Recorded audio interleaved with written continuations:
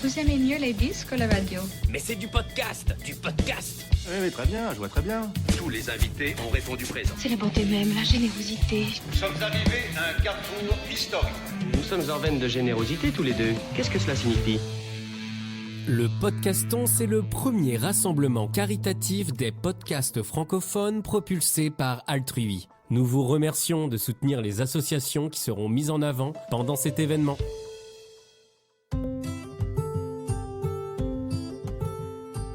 Bonjour, je suis Sébastien et je vous souhaite la bienvenue sur Santé et Sécurité, le podcast, dans ce tout premier épisode de notre Podcaston 2024 consacré à la Fondation des Amis de l'Atelier. Pendant 7 jours, plus de 300 animateurs et animatrices de podcasts se mobilisent pour mettre en valeur le monde associatif et ses valeurs. Pour ce premier épisode de notre Podcaston 2024, je suis avec Sandra Gardel, qui est directrice de la communication et de la collecte à la Fondation des Amis de l'Atelier. Bonjour Sandra. Bonjour Sébastien. Alors Sandra, pour commencer, est-ce que tu peux te présenter pour nos auditeurs ? Oui, alors je suis Sandra Gardel, donc tu l'as dit tout à l'heure, directrice de la communication et de la collecte de la Fondation des Amis de l'Atelier depuis presque 10 ans. Donc j'ai cette double mission de communication, donc une mission somme toute assez classique, mais également une mission de collecte, de développement de ressources pour permettre de financer des projets innovants à la Fondation. D'accord, eh bien enchanté Sandra. Alors, je l'ai expliqué dans l'épisode d'introduction, mais je le répète à nouveau, je suis vraiment ravi de faire ce podcaston 2024 avec cette belle association, cette belle fondation plutôt qu'est la fondation donc des Amis de l'Atelier. Est-ce que maintenant que tu t'es présenté, tu peux nous présenter ta fondation ? Avec plaisir. Donc la Fondation des Amis de l'Atelier existe depuis plus de 60 ans et accompagne 4000 personnes, enfants et adultes, en situation de handicap dans près de 100 établissements, services et dispositifs. Les personnes que nous accompagnons sont des personnes avec handicap psychique, mental ou relevant des troubles du spectre autistique. Alors, une association ou une structure comme la vôtre, comme la Fondation des Amis de l'Atelier, ce sont des établissements d'hébergement, des services d'accueil de jour, des services à domicile. Dans le jargon, on dit des MAS, des femmes, des IME, des CAJ ou encore autres SAVS et CESAD. Pour l'auditeur qui ne côtoie pas le handicap ou le secteur médico-social, ces acronymes peuvent paraître complètement abstraits. Est-ce que tu peux nous expliquer ce que sont ces établissements, ces services et ces dispositifs, et puis comment ils servent l'accompagnement des personnes en situation de handicap ? Oui, tu as raison, nous sommes un secteur avec beaucoup d'acronymes qui sont souvent peu éclairants. Alors déjà, je tiens à dire que autant le secteur médico-social, jusqu'à il y a quelques années, était effectivement une succession de structures, de services, d'établissements.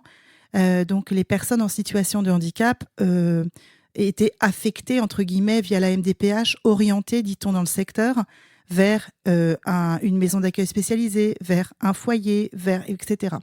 Donc ça existe toujours, les établissements-services, mais de plus en plus, la notion de parcours est importante.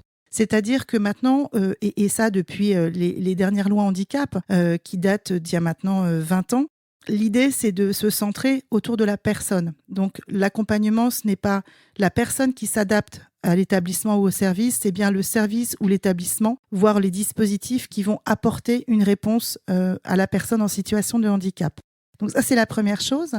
Par rapport aux acronymes, moi, j'aime bien parler, on va dire, plutôt de sens de l'accompagnement. Donc, on va plutôt dire que la Fondation, elle accompagne les personnes tout au long de leur vie, à travers différents prismes, la vie sociale, la vie citoyenne, le travail, le logement, l'accueil de jour et les loisirs.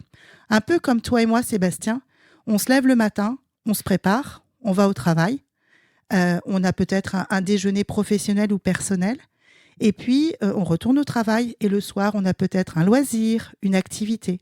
Eh bien, en fait, les personnes en situation de handicap, en fonction de leur type de handicap, vont pouvoir être autonomes sur certaines parties de leur vie, certains axes, et pas sur d'autres. Et nous, notre mission, c'est de les accompagner au mieux de leur volonté et de leurs souhaits sur les axes où ils n'arrivent pas à y aller tout seuls, en fait. Quand on a préparé cette série de podcasts ensemble, on a discuté un petit peu et je me souviens d'une phrase que tu m'as dit. Tu m'as dit la maladie, ça se soigne et le handicap, ça n'est pas une maladie, ça se compense. Oui. En fait, tout à fait. Alors ça, c'est un débat linguistique, mais pour nous, c'est important Nous, on travaille sur le handicap psychique, c'est-à-dire que les personnes qu'on accompagne, on est là pour les aider à compenser dans leur vie quotidienne et trouver des moyens de vivre le plus normalement possible. La maladie psychique, c'est une affaire de sanitaire. Nous, on n'est pas dans le sanitaire, on est dans le médico-social. Donc effectivement, une maladie psychique se soigne, puisque c'est une maladie. Un handicap, c'est la conséquence peut-être de ta maladie, mais un handicap, ça se compense. Et nous, on est dans cet axe-là. Après, ça ne veut pas dire qu'on ne travaille pas en lien avec du sanitaire. Mais voilà, nous, les personnes qu'on accompagne, elles sont par ailleurs, si elles l'ont besoin, soignées par le sanitaire avec qui on est en lien. Mais nous, notre mission, c'est vraiment l'accompagnement tout au long de leur vie sur les aspects sur lesquels ils ont besoin d'être accompagnés. Sandra, tu nous as dit que la fondation, c'était à peu près une centaine d'établissements. Donc, vous êtes déployés sur quel secteur géographique? Sur toute la France? Beaucoup sur l'Île-de-France, je crois. Oui, nous sommes déployés historiquement sur l'Île-de-France. Alors, en fait, ça vient de notre histoire. Parce que on est né à Châtenay-Malabry. Alors, si tu me laisses la possibilité de raconter l'histoire, je la trouve assez jolie. Bah évidemment, c'est une belle histoire en plus pour la connaître. En fait, en 57, Anne Sommermeyer, qui habitait à Châtenay-Malabry, rencontre des familles qui ont des enfants. À l'époque, on disait arriérés mentaux. Donc, c'est pas très joli, mais c'était le terme qui était utilisé à l'époque. Et elle se rend compte du désarroi et de la fatigue de ces familles. Et elle propose à 1, 2, 3, 4, 5 familles de les aider ponctuellement pour faire une forme de répit. Maintenant, on parlerait de répit. Et petit à petit, elle se fait aider par des amis de Châtenay. Et puis, un enfant, c'est toujours un peu bruyant. Peut-être qu'un enfant en situation de handicap peut l'être parfois un peu plus. Et très rapidement, il n'est plus gérable de pouvoir les garder chez elle, même ponctuellement. Et donc, elle se tourne vers la communauté protestante de Châtenay-Malabry. Elle était convertie au protestantisme. Et elle se fait prêter sur un terrain une petite cabane en bois pour accueillir ses enfants, mais j'allais dire de manière assez informelle. Et en 1961, les enfants, j'aime bien dire qu'on prend tous 1 an chaque année, les enfants n'y coupent pas. Et ces enfants-là grandissent. Et à l'époque, en fait, avoir un travail, c'est avoir une utilité, c'est avoir un statut. Et elle se dit, ces enfants-là, même s'ils sont différents, même s'ils ont un retard mental, je veux qu'ils aient un jour un travail. Et donc, elle fait la démarche, à ce moment-là, l'agrément sur les premiers CAT, maintenant on parle des AT, sortait. Et elle a créé le premier atelier, pratiquement, je crois, en Île-de-France. Et elle a démarché des entreprises pour justement permettre d'avoir du travail et d'expliquer, de former les jeunes dont elle avait la charge à ce travail. Donc, ça a été le premier atelier créé. Mais pour créer cet atelier, il fallait créer une association. Parce que c'était dans des normes, on va dire, bien particulières. Et c'est pour ça qu'en 61, l'association des Amis de l'Atelier a été créée. Alors, c'est un nom un peu accouché dehors, je vous l'accorde, tous. Mais en fait, c'est l'association parce que c'est l'association loi 1901. L'atelier, on a compris. Et les Amis de l'Atelier parce qu'en fait, c'est toute une communauté autour qui a permis la mise en place de cette structure. Et puis, un enfant, ça grandit, un enfant, ça apprend un métier, puis un enfant, il faut qu'il se loge de manière la plus autonome possible. Et du coup, l'association des Amis de l'Atelier a commencé à se poser la question de développer des logements pour ces enfants, etc., pour ces enfants devenus adultes.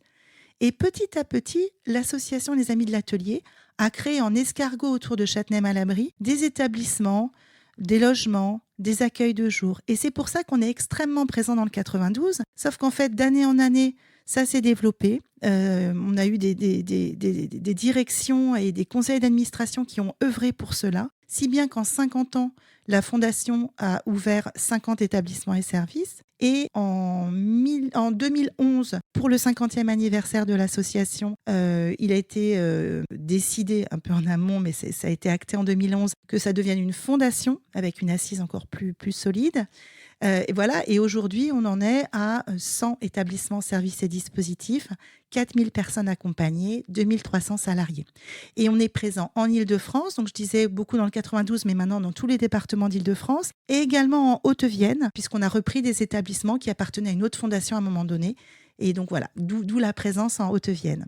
Et par rapport à ça, tu parlais tout à l'heure des établissements et services. Alors oui, on a 100 établissements, services et dispositifs avec justement ce que je te disais, la notion de parcours et puis la notion de transversalité dans l'accompagnement. Et puis on a une démarche actuellement de restructuration aussi en pôle, parce que l'idée, c'est vraiment de pouvoir accompagner le parcours des personnes. Et on s'est rendu compte qu'il fallait aussi qu'on se réorganise, nous, pour permettre une fluidité des parcours. Voilà, donc on est en restructuration aussi au sein de la Fondation et c'est très intéressant et les premiers retours sont très positifs. Une restructuration dans le but de toujours améliorer l'accompagnement des personnes en situation de handicap. Oui, là l'idée c'est vraiment de pouvoir mutualiser en fait certaines fonctions, mutualiser certaines organisations pour permettre à une personne en fait de pouvoir bénéficier d'un accompagnement encore plus complet. Donc ça ne change pas nos établissements et services, mais l'organisation des professionnels et puis les pratiques. L'idée, c'est aussi d'homogénéiser nos pratiques, de pouvoir dupliquer les bonnes pratiques encore plus, de pouvoir amener une fluidité.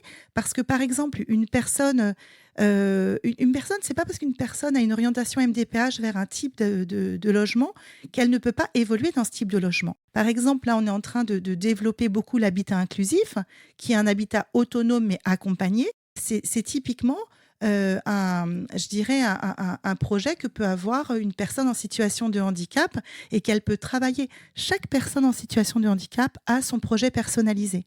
Et il est de notre responsabilité de l'accompagner au mieux de ses possibilités aujourd'hui, demain et après-demain pour lui permettre de s'y rapprocher. Et cette organisation en pôle nous aidera aussi à être encore plus pertinent, peut-être plus performant, si on peut le dire, dans cet accompagnement.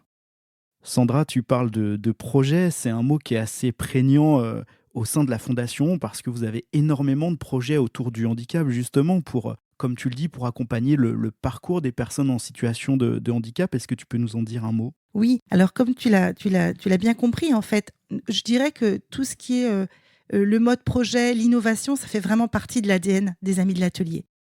Si la Fondation, l'association puis la Fondation s'est autant développée déjà autour de la personne, alors qu'à l'époque, j'allais dire, les lois n'étaient pas faites ainsi, c'est qu'on a cette volonté, cet ADN-là, très, très présent à la Fondation et qui infuse dans l'ensemble de nos directions et des équipes.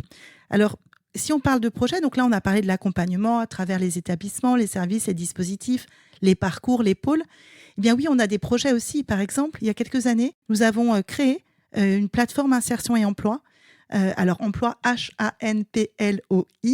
L'idée étant de pouvoir travailler sur l'insertion des personnes en situation de handicap dans le milieu ordinaire. Le milieu ordinaire, c'est le milieu de l'entreprise, j'allais dire en parallèle de milieux protégés que sont les ESAT. Donc, on a 8 ESAT, mais l'idée, c'était de dire, si on a des travailleurs qui souhaitent aller vers le milieu ordinaire, comment on les accompagne encore mieux ? Et même au-delà de ça, est-ce qu'on ne peut pas accompagner d'autres personnes en situation de handicap vers le milieu ordinaire ou les aider à être maintenus en poste dans le milieu ordinaire ? Donc, on a créé cette plateforme insertion et emploi avec des job coachs, voilà, c'est une belle structure maintenant. Et typiquement, c'est cette plateforme qui a organisé, je dirais, notre première participation au Duo Day il y a maintenant 7 ans et qui a organisé et inventé le match retour qui s'appelle le Duo 2. C'est en fait, on invite des salariés à venir passer une journée en binôme avec un travailleur d'ESAT. Donc voilà, c'est une journée qui est organisée. C'est pas une visite, c'est vraiment une journée de binôme, de découverte. Et on a toujours d'excellents retours, d'excellents témoignages de personnes qui nous disent « Waouh, quel professionnalisme, quel savoir-faire ». Donc, pour changer le regard sur le handicap, en fait, on peut faire ce qu'on veut, on peut faire des 4x3, mais le mieux, c'est de se rencontrer. Et la plateforme Insertion et Emploi, ça permet aussi d'organiser des événements pour se rencontrer. Ils ont aussi organisé un job dating inversé, donc avec des CV vidéo de personnes en situation de handicap qu'ils proposent notamment sur LinkedIn. Donc, vous voyez, c'est des projets qui sont hors des établissements, des services, des dispositifs. C'est des projets transverses qui nous permettent d'avoir un impact sur l'insertion des personnes en situation de handicap. Et puis, on a d'autres projets. Il faut savoir qu'on a une direction du développement et de l'innovation qui travaille sur des axes, donc des axes notamment ceux qui ont été mis en évidence et portés par le projet stratégique validé par notre conseil d'administration. Et nous faisons du travail sur tout ce qui est père aidance, aidants familiaux, des séjours de répit parce que les séjours de répit, c'est extrêmement important. Donc, nous avons développé des séjours de répit pour le secteur enfance chez nous, notamment à l'issue du Covid. Nous organisons des séjours de répit sur Limoges pour permettre aux familles, effectivement, du répit, mais aussi aux résidents du répit par rapport à leur foyer, par exemple. Parce que quand on est en foyer, c'est comme à la maison, on a envie de partir en dehors de son foyer. Et puis, on a aussi des projets pour limiter la fracture numérique, donc former les personnes qu'on accompagne qui le souhaitent et qui n'ont pas de, on va dire, de b.a.-ba numérique, pour leur permettre de vivre le plus normalement, on va dire, leur vie numérique et en sécurité. C'est important également. Puis, on a beaucoup de projets sur la mobilité. Alors, les projets sur la mobilité, c'est de se dire, par exemple, nos travailleurs des ZAT, ils vont sur des chantiers et certains, il y en a très peu qui avaient le permis de conduire. Et pourquoi ? Parce que, non pas qu'ils ne soient pas en capacité de l'avoir, mais c'est que le stress du parcours du permis de conduire les mettait dans un état qui faisait que c'était compliqué de le passer. Et puis, ils le loupaient, il fallait repayer. Donc, il y avait un côté financier très important. Et on a réussi, à travers 2 biais de financement, la taxe d'apprentissage et les mécénats, à financer un simulateur de conduite qui coûte 38 000 € et à faire financer des permis de conduire, mais également des voiturettes électriques, des voiturettes sans permis. Donc, c'est vraiment des projets, on n'est pas obligé de le faire, on pourrait ne pas le faire. Mais nous, ce qu'on identifie, c'est que ça, c'est un axe de croissance important et de fierté et d'autonomie. Enfin, c'est énorme. Et on a monté cet axe mobilité et on a trouvé des financeurs pour cela. Et puis, il y a aussi un autre axe qui est important, c'est qu'on les accompagne dans une meilleure santé globale à travers un programme sport-santé, donc avec des indicateurs médicaux, etc. Et au-delà de ce programme sport-santé, en fait, on a plein de projets portés par les établissements, services et dispositifs sur l'aménagement de parcours santé, de salles de sport, etc. Et pareil, on essaye de le faire financer et on y arrive souvent par des mécènes qui ont cet axe-là. Donc, je dirais qu'on a plein de projets. Et là, il y a un projet qu'on a lancé en fin d'année qui tient vraiment à cœur à notre conseil d'administration et notre direction générale, c'est de participer à des axes recherche sur la santé mentale. Donc là, on a lancé avec une autre fondation, la fondation Falleret et la FIRA, un appel à projet recherche sur la santé mentale. D'accord, merci Sandra. Vous avez encore d'autres projets, me semble-t-il. On a d'ailleurs prévu un épisode prochain sur un de vos dispositifs, le dispositif Cité bénévole par exemple, qui va encourager le bénévolat auprès des personnes en situation de handicap, c'est ça. On peut en dire un mot très, très, très succinctement, encore une fois, parce qu'on en reparlera dans un autre épisode de manière plus exhaustive. Oui, Cité bénévole, c'est un dispositif dont on est particulièrement fier. On l'a créé en réponse à un besoin d'utilité sociale et d'exercice de la citoyenneté. C'est un dispositif qui a émergé dans le 77 et dès le départ, on a senti que ça allait être un dispositif puissant. Dès les 18 premiers mois, on a eu une centaine de bénévoles, 80 missions. L'idée, c'est quoi ? C'est de dire une personne en situation de handicap qui veut faire du bénévolat, elle va avoir du mal à démarcher une association pour aller faire son bénévolat et elle va avoir peur de ne pas pouvoir le faire, de ne pas pouvoir s'organiser, etc. Là, l'idée, c'est de les accompagner, mais plus que d'accompagner les personnes en situation de handicap vers le bénévolat, c'est aussi d'accompagner les associations qui en ont besoin pour permettre cette relation triangulaire. Donc, c'est un dispositif super qui a été soutenu par Sophie Cluzel à l'époque où elle était secrétaire d'État, par Céline Poulet de la CIH. Vraiment, on a reçu un accueil exceptionnel. Dès 2018, une centaine de bénévoles recevaient le passeport bénévole avec France Bénévolat. Et depuis, mais on en reparlera dans le prochain podcast, mais en gros, ça n'a cessé de se développer. C'est sorti du 77, l'ensemble des départements parisiens s'en sont saisis. Et aujourd'hui, on est en route vers les JOP 2024, vers Paris 2024. Que ce soit d'ailleurs nos résidents et nos usagers d'Île-de-France et ceux de Limoges, pour être bénévoles. Donc, on va avoir 220 bénévoles sur les JOP.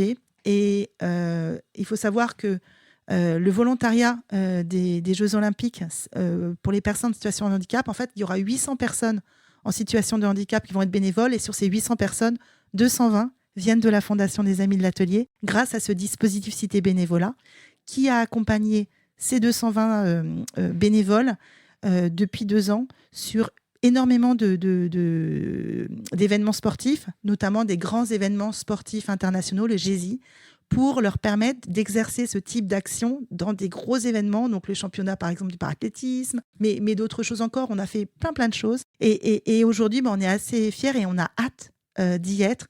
Et c'est vraiment grâce à ce dispositif Cité Bénévole. Eh bien, merci Sandra pour toutes ces explications. J'aurais voulu qu'on revienne un petit peu sur les ESAT. Tu as parlé du duo day, de job dating. Nos auditeurs ne savent pas tous ce que c'est qu'un ESAT et ce que font les travailleurs protégés dans les ESAT. Est-ce que tu peux nous expliquer un petit peu et nous parler de ce type d'établissement ? Oui, alors on parlait d'acronymes. Donc les ESAT, c'est Établissements et Services d'aide par le travail.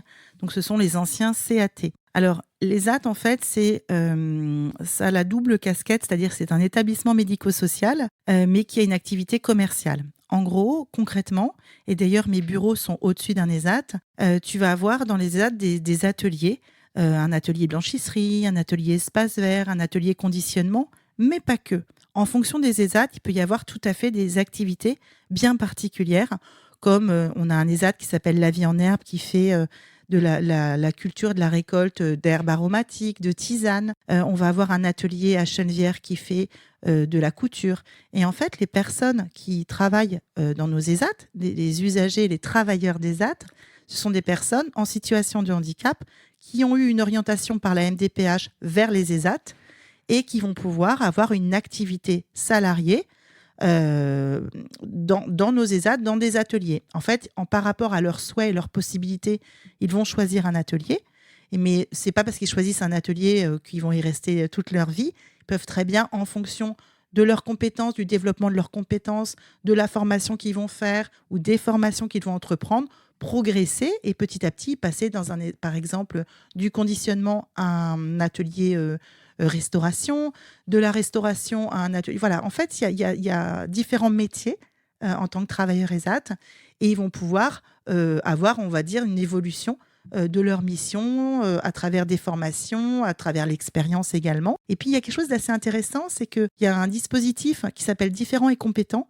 En fait, c'est comme une valorisation de leur travail et chaque année, on a une 60aine de travailleurs, même un peu plus, qui présentent le différent et compétent sur leur atelier. Donc là, la dernière fois, j'ai croisé un travailleur, c'était la troisième fois qu'il passait différent et compétent. Donc il avait fait différent et compétent, il était labellisé entre guillemets, parce que c'est un label, pas interne, hein, c'est national, mais il n'y a pas de, comment dire, c'est pas un label RNCP ou autre. Enfin, il avait eu conditionnement, restauration, et là, je ne sais plus ce qu'il m'avait dit, peut-être sur de la papeterie, enfin je ne sais plus. Et c'était amusant parce que pour eux, c'est vraiment important et surtout, il y a une reconnaissance de leur travail et de leurs compétences. Reconnaissance qui est encore plus mise en avant lorsque justement, on organise les duos 2 où ils peuvent montrer à un binôme salarié du monde ordinaire, du milieu ordinaire, leurs compétences et ce qu'ils font. Donc ce sont des personnes qui ont un emploi du temps du lundi au vendredi, qui viennent travailler à l'ESAT, qui ont des missions, etc. Eh bien, merci Sandra encore une fois pour toutes ces explications. Je pense qu'à ce stade du podcast, c'est important aussi d'évoquer le financement de la Fondation. Est-ce que là aussi, tu peux nous expliquer un petit peu comment est financée une telle fondation ? Alors, dans le handicap, on a la particularité d'être en grande partie financé par l'ARS, les ARS, Agences régionales de santé, et les conseils départementaux sur, on va dire, l'activité de nos établissements, services et dispositifs. Après, pour tout ce qui est projet dont je t'ai parlé tout à l'heure et projet innovant, nous n'avons pas de financement extérieur. Donc, il faut aller en chercher. Donc, on a plusieurs axes pour financer nos projets. Tout d'abord, effectivement, la collecte, la générosité du grand public. Donc, ce sont des dons, on va dire, standards qui bénéficient d'une fiscalité que vous connaissez et que tous les auditeurs du podcast en connaissent, avec une défiscalisation à hauteur de 60%. Et puis après, on bénéficie aussi de mécénat, donc d'entreprises qui nous soutiennent sur des projets déterminés, avec également une défiscalisation possible. Donc ça, c'est du mécénat qui peut être en numéraire, donc en argent, qui peut être mécénat de compétences, mécénat en nature. Il y a différents types de mécénat. Et nous, ce mécénat, il nous est extrêmement précieux au quotidien pour financer nos projets. Et puis, il y a d'autres pistes aussi. et notamment la piste de... Alors, ce n'est pas de la collecte en tant que telle, mais c'est la taxe d'apprentissage. On parlait tout à l'heure des travailleurs d'ESAT et du fait qu'on les formait. En fait, la taxe d'apprentissage, c'est un impôt qui est dû par toutes les entreprises et qui peut être affecté à qui vous le souhaitez, à des organismes formateurs, mais c'est bien l'entreprise qui décide à qui elle va pouvoir l'affecter. Et on a la chance depuis quelques années, nous, ESAT, donc pas fondation, mais les ESAT de la fondation et les IME, donc la partie enfance, les établissements enfants, de pouvoir bénéficier de cette taxe d'apprentissage. Et donc concrètement, ça va nous servir à quoi cette taxe d'apprentissage si demain vous nous l'affectez? C'est que ça va nous permettre de payer des ateliers de formation et de la formation. Ça peut nous permettre de payer du matériel pédagogique, des ordinateurs pour les former. Ça peut permettre énormément d'actions qui ne sont pas à ce jour finançables par nos ESAT. Pour les jeunes des IME, c'est pareil, ça peut créer de la formation, du matériel pédagogique, etc. Pour vous donner un exemple, l'année dernière, nous avons collecté 130 000 € en taxe d'apprentissage. Si vous transformez ces 130 000 € en formation en atelier, vous imaginez bien l'apport que cela a envers ces personnes qui, certes, dans par exemple les ESAT, vont être formées au quotidien par des moniteurs, mais qui ne vont pas pouvoir décider de formation au-delà de ce qui est prévu, je dirais, légalement. Donc, pour résumer, je dirais qu'aujourd'hui, la Fondation, oui, nous sommes financés sur le gros de notre activité par les ARS, les conseils départementaux, mais si nous souhaitons aller au plus près du besoin des personnes que nous accompagnons à travers des projets, comme je le disais, sur la mobilité, sur la santé, sur la citoyenneté, sur la fracture numérique, sur les séjours de répit, nous devons chercher des fonds extérieurs pour financer tout cela. Ok, eh bien très bien Sandra. Juste pour clôturer cette partie, est-ce que peut-être tu peux nous indiquer comment une entreprise peut vous transmettre cette taxe d'apprentissage ? Alors aujourd'hui, et depuis l'année dernière, le process de la taxe d'apprentissage a un peu changé.